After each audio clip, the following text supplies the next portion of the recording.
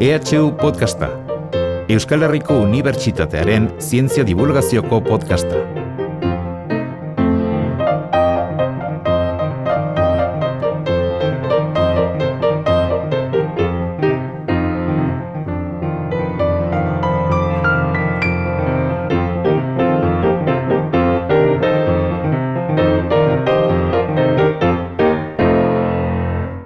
Euskal Herritarron nortasunaren zutabetako bat itsasoarekin izan dugun harremanean oinarritu da, eta arrantza funtsezkoa izan da hartu eman horretan.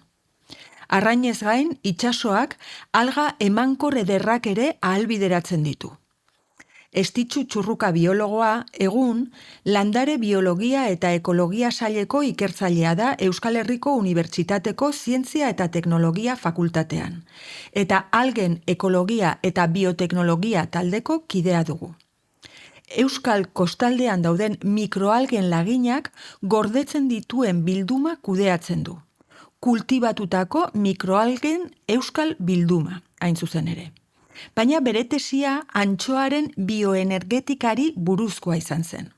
Antxoaren bioenergetika Bizkaiko golkoan, implikazioak bere biztanleriaren funtsezko prozesuen dinamiketan, gaztelaniaz, bioenergética de la anchoa en el Golfo de Vizcaya, implicaciones para los procesos clave en la dinámica de su población. Beraz, gaurkoan, antxoa eta algen inguruan arituko gara Txurruka ikerlariarekin. Kaixo Estitxu, zer moduz eta eskerrik asko gure fakultatera hurbiltzeagatik. Kaixo, eskerrik asko dizuei gonbidapenarengatik. Itsasoaren esploraziorako nazioarteko kontseiluak, hau da IENK edo ingeleraraz ICESek, adirazi du Bizkaian eta Kantauri itsasoan antxoa kantitate handia dagoela aurten. Beraz, arrantza kuota igo egin da. 2026an 30 tonelada eta erdi arrantzatu daitezke. 2025an baino 2 tonelada gehiago. Hori bai, kanpaina martxoan hasi da, eta arrantzalek diote antxoak oso txikiak direla. Hemen zer gertatzen ari da? Azalduko diguzu pixka bat zer dagoen hemen, ze saltsa dugun? Bai, noski. Garrantzitsua ez da bakarrik zenbat arrantzatzen den, baizik eta ere noiz arrantzatzen den, oso garrantzitsua dira. Behar bada, kopurua baino garrantzitsuagoa izan daiteke noiz arrantzatzen den hori, ez? Bizkaiko golkoan, itsasoak 14 gradu Celsius gainditzen dituenean, hasten da ugaltzen batez ere antxoa. Mediterranean ere, temperatura hau gainditzen denean hasten badira ere ugaltzen, euren errute maksimoaren optimoa 16 gradu Celsiusetan dago. Gainera, erruten hasten diren lehenak, antxoa handienak eta zaharrena dira. Bizkaiko golkoan, 14 gradu zentigradu gainditzen dituenan, hasten dira arrautzak erruten, zaharrenak eta handiena direnak. Vale? Aurten, 14 graduko atalaze maila hori, apirilaren 2. astean gainditu zen. Eta historikoki, apirila izaten da, atalaze muga hori gainditzen deneko hilabetea. Claro,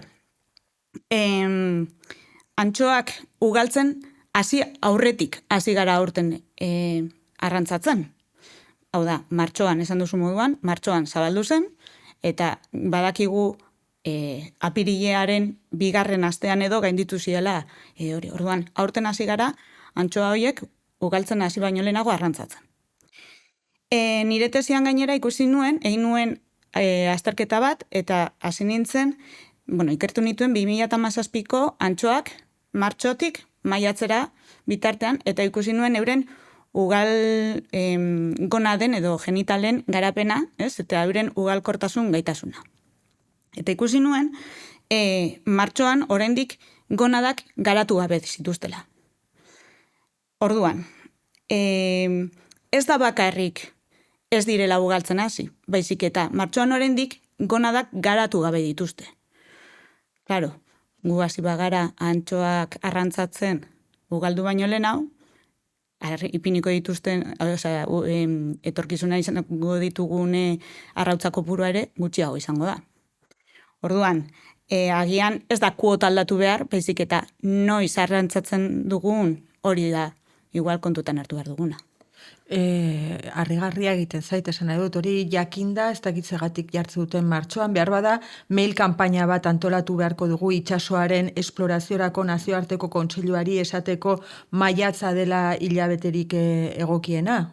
Bueno, bai, baina ez dakit, benetan ez dakit beti izango den maiatza temperatura hori gainditzen duena. Osea, esan nahi dut, barkatu.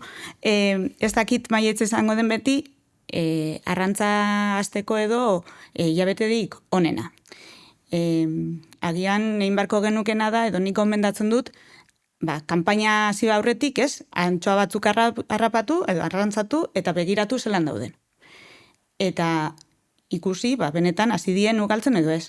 Eta gero, behin 14 gradu horiek gaindituta gero, pare bat aste utzi, eta orduan gero hasi arrantzatzen. Zentzua du. Ezta bestela niniak jaten ditugu. Hori da. Beti ere arrainak jaten ditugu. Bai. Zera, beste barkamenarekin. Bigarren galdera, prestatu duguna, antxoaren bioenergetika Bizkaiko golkoan, implikazioak bere biztanleriaren funtsezko prozesuen dinamiketan, hori duzu tesia, 2020an defendatu zenuen, baina zer da bioenergetika? Bioenergetika ongi hauzkatua. Bai, antxoaren bioenergetikak esan nahi du, arrain pelagiko txiki honek hazkuntzarako, ugalketarako eta biziraupenerako energia nola kudeatzen duen aztertzea. Adinaren eta ingurumen baldintzen arabera aldakuntza nabarmenak erakusten ditu. Eta, energia baldantzearen alderdi nagusiak dira. Alde batetik, energia dentsitatea eta biziraupena, bestetik ugalketa zikloa, ingurumenaren eraginana eta elikadura konposizioa. Energia dentsitatea eta biziraupena, ikerketek adierazi dute, energia dentsitate txikiagoa duten antxoa gazteak, zailtasun handiagoak dituztela lehen negua gainditzeko. Energia egoera urtez urte aldatzen da, eta horrek populazioaren egituran eragina du. Bestetik, ugalketa zikloa, energia intentsiboki bideratzen da ugalketara helduetan, ja ez dira hasi behar. Eta, orduan, antxoaren konposizio biokimikoaren aldakortasuna zuzenean lotuta dago bere heltze eta errunaldi prozesuarekin. Bestetik, ingurumenaren eragina, Kantauri itsasoko urotz eta manteinu gehietan aberatsak direnek, beste eremu batzuekin alderatuta, tamaina handiagoa eta energia erreserba hobeak ahalbidetzen dituzte.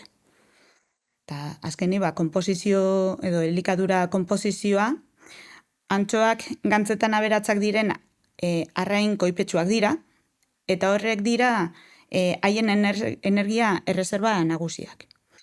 Haien gantzedukia urtaroaren arabera aldatzen da, neguan koipetsuagoa eta neguan argaologoak izanik. Eta orduan hartuko zenituzke 4 faktore horiek eta hoiekin emaitza atera, ez da? Hori da. Horiek guztiak batu eta hoiekin aterako genuke bioenergetika, ez da? Zein den. Hori da. Orduan, azaldu diguzu energia dentsitatea eta biziraupena aztertu eta neurtzen duzuela.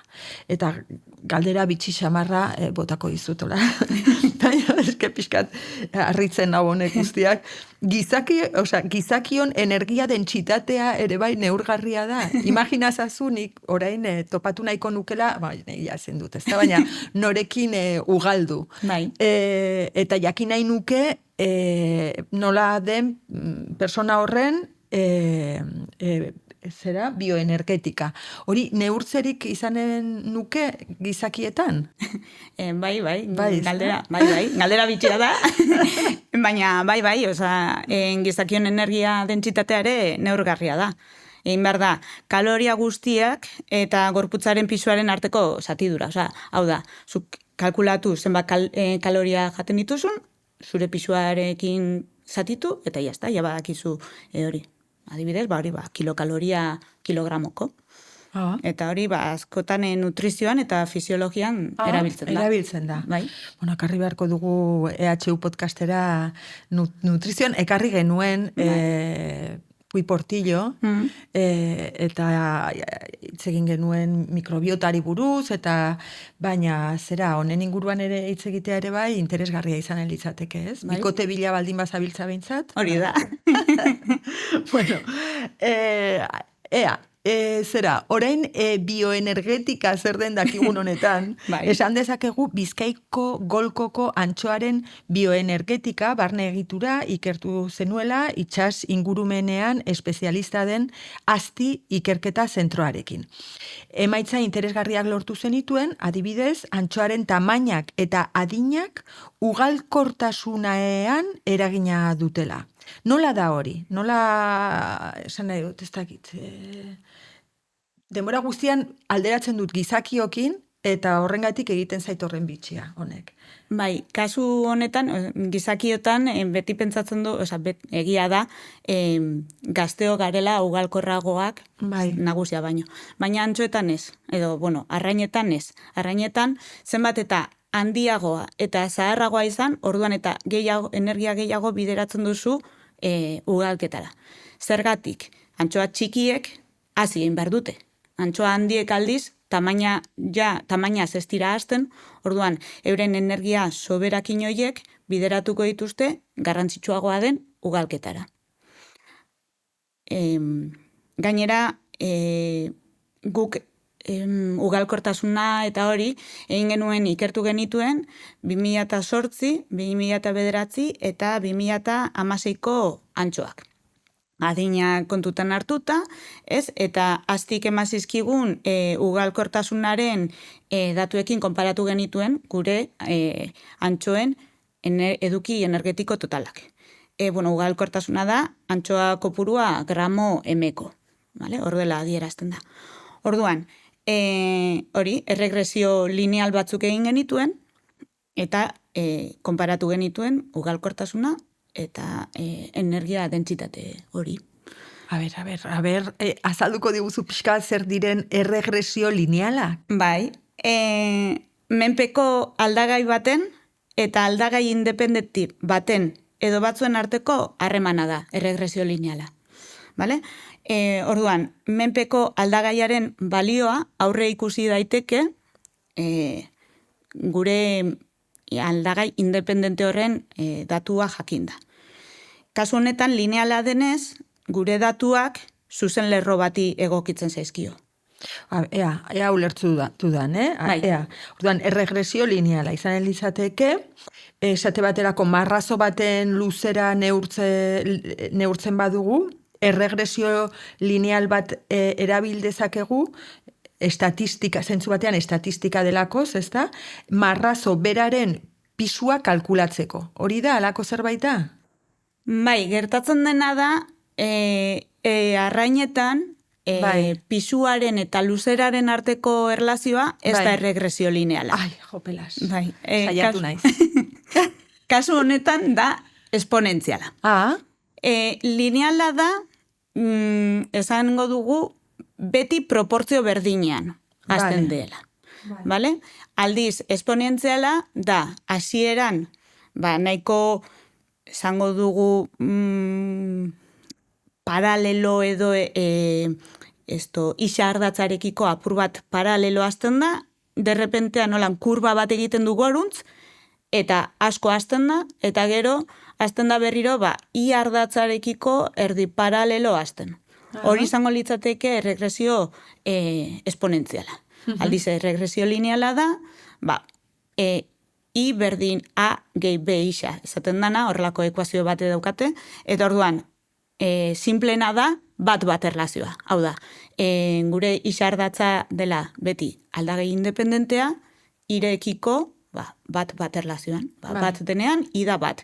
Isa denean bi, ida bi. Horrelako, hori izango litzateke gitxora bera erregresio lineala. Bueno, ikasten duzu, eta aurretik ere bai, puntu hori jakiteko, imagina zuzen bat ikerketa egin behar izan den. Bai. Diotnik. Orduan ez ditzu, zein izan zen antxoen ugalkortasunaren eta energia totalaren arteko erlazioa? Ikusi genuen, antxoak, arrautza gehien jarriko zituzten antxoak 2009koak izango zirela, ez? Erlazio lineal hori kontutan hartuta, eta aldiz gutxien 2016koak. Gainera ikusi genuen, 2008an eta 2009an 3 urteko antxoak genituela, baina 2016an aldiz ez. Eta, 2008 eta 2009 urteen artean, 2009an genituen 3 urteko antxoa gehien. Datu guzti hauek kontutan hartuta, ondorioztatu genuen antxoaren tamainak eta adinak ugalkortasunean eragina duela. Gainera, hainbat ikerketa daude arrain desberdinekin eta emaitza berdinak ikusi dira. Tamaina eta adinak ugalkortasunean eragina duela. Guevara Fletcherrek 2011an egindako beste ikerketa batetan ere ikusi zuen antxoa zaharrenek eta handienek zirela arrautza tamaina handienak ipitze zituztenak.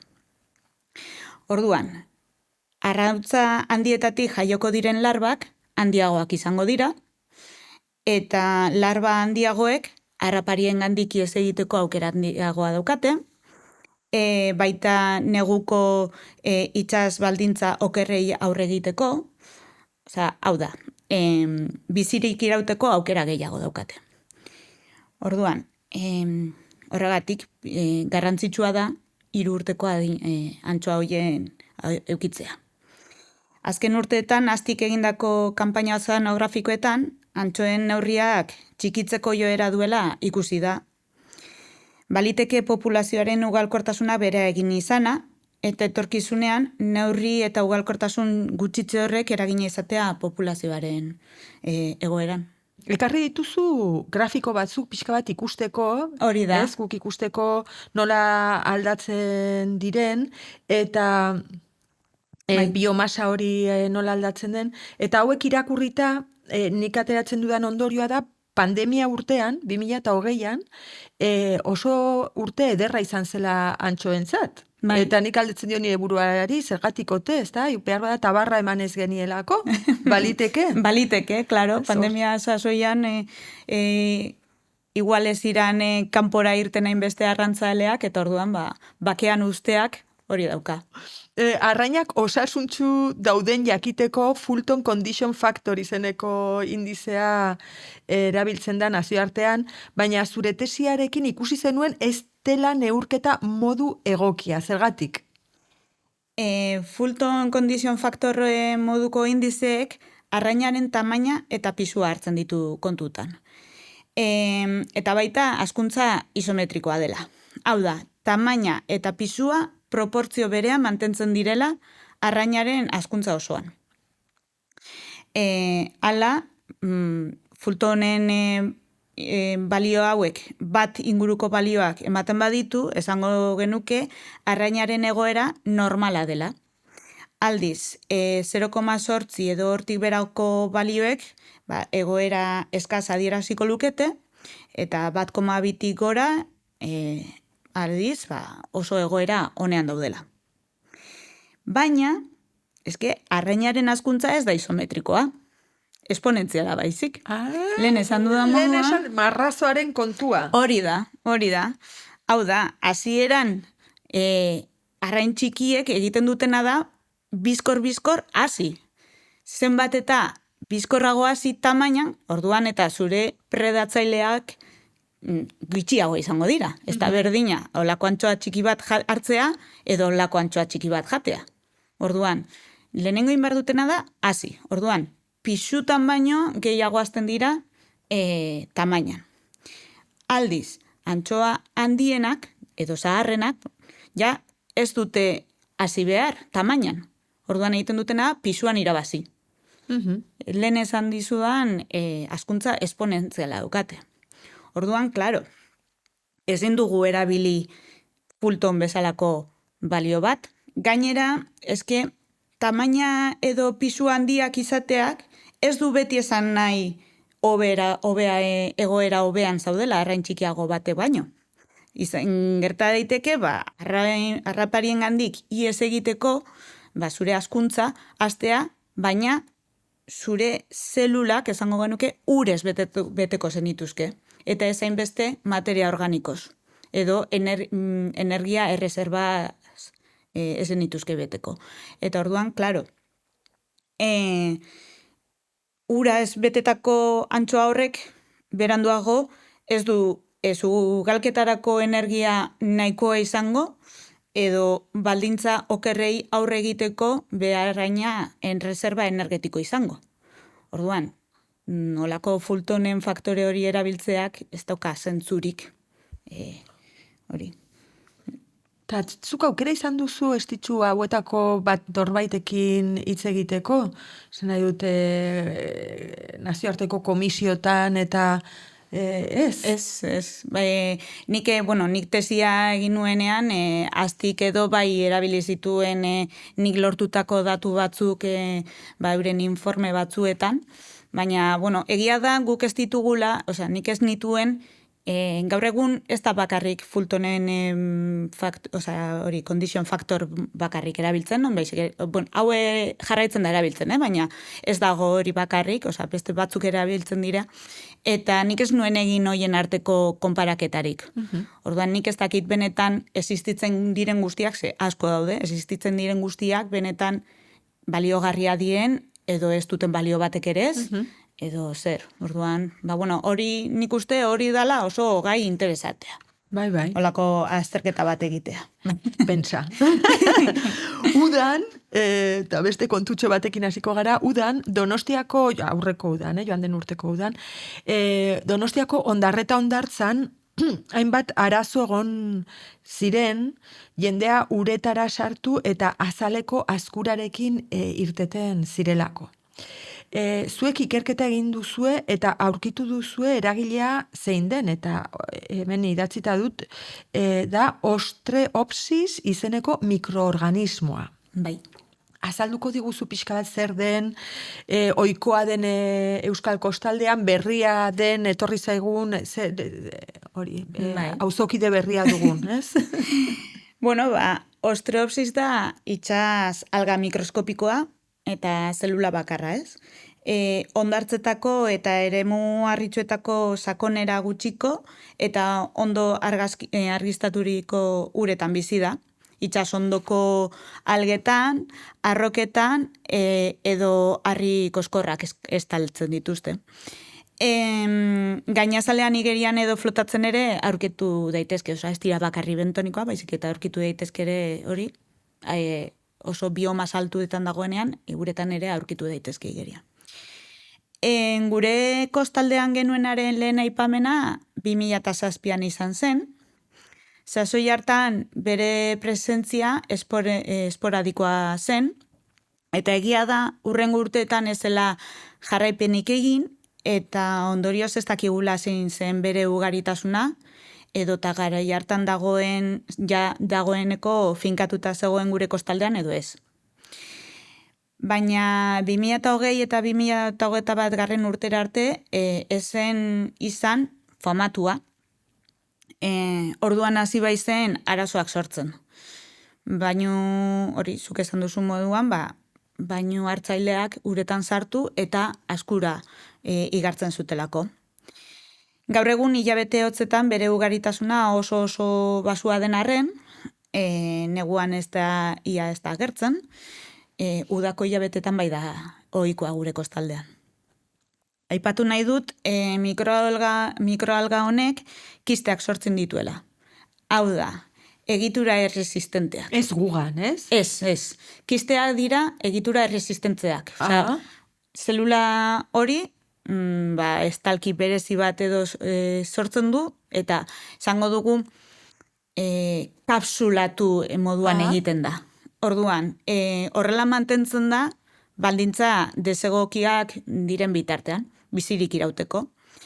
Adibidez, neguan, ez, temperatura basua denean, edo argi ordu kopurua oso basua denean. Udaberrian, temperatura igotzen hasten denean, argi ordu kopurua handitzen hasten denean, kiste horretatik, esango dugu, esnatu moduan egiten dira, latentzia egoera horretatik esnatu egiten dira, eta orduan hasten dira ugaritzen. Eta, bueno,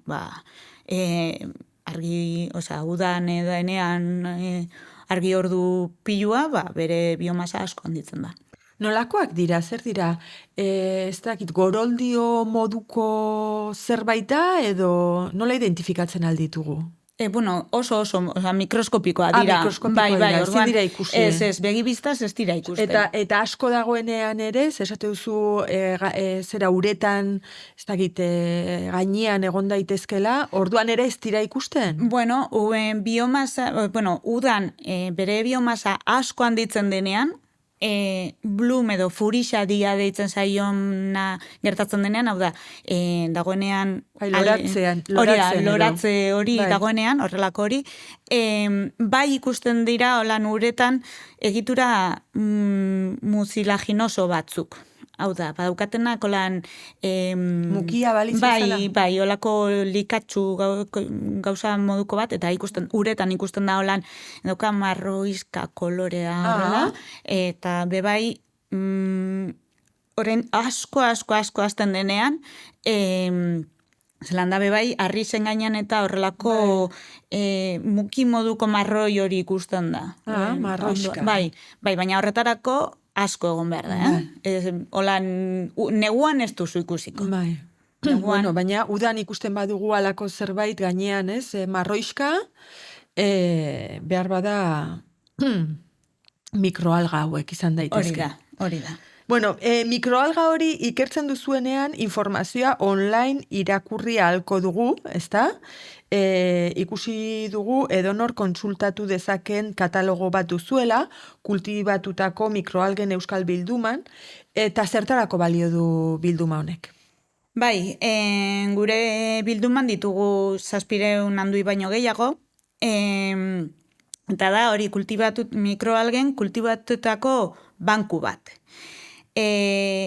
Orain arte bakarrik egon naiz, banku hori mantentzen, baina iaz urte bukaeran beste pertsona bat etorri zen niri laguntzeko, eta kultibo horiek mantentzeak denbora dakar, lana, materialaren inbertsio handia. Ardura, asteburuetan ziurrenik etorri beharko duzu, ez? Abereak pixka bat zaintzera.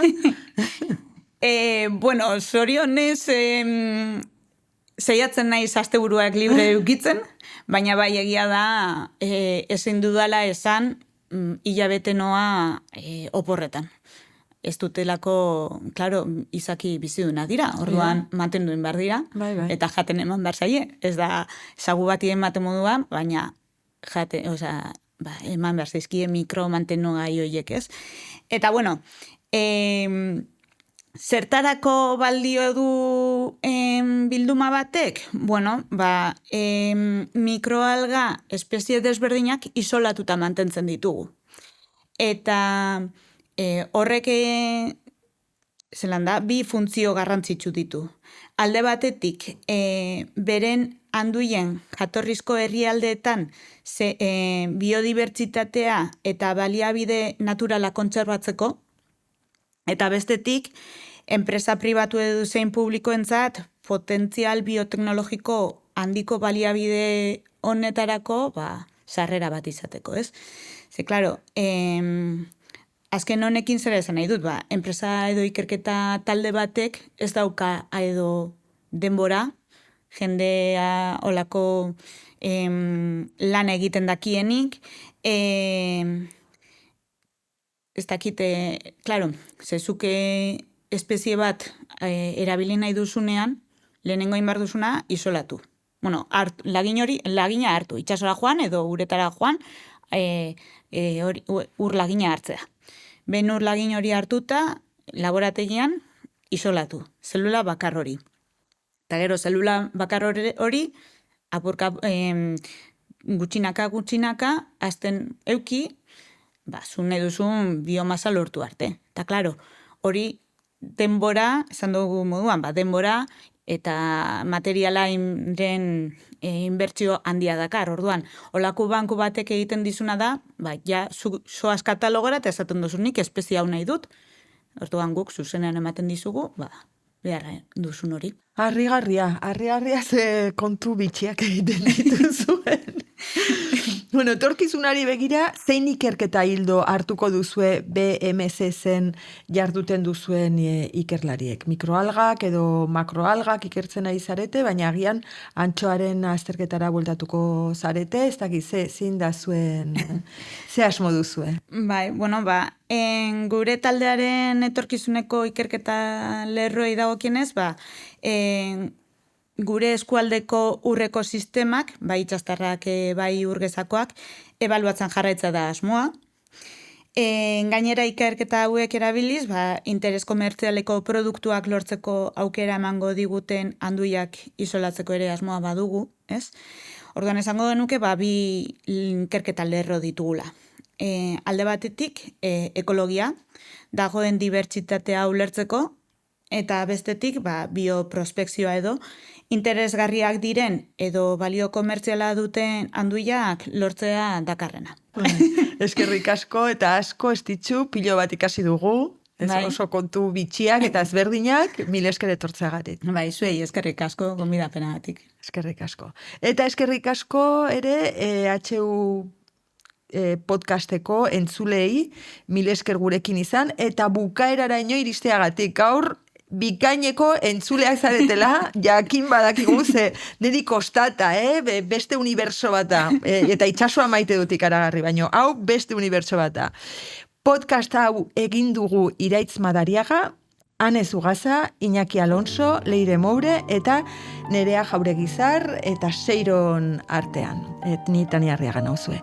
Gogoan izan EHUko podcasta, Campusa newsletterrean, eta ohiko audio plataformetan entzun ahalko duzuela. Mil esker, eta laster arte. Aio! EHU podcasta entzun duzu. Euskal Herriko Unibertsitatearen zientzia divulgazioko podcasta. EHU podcasta, entzun eta zabaltzazu.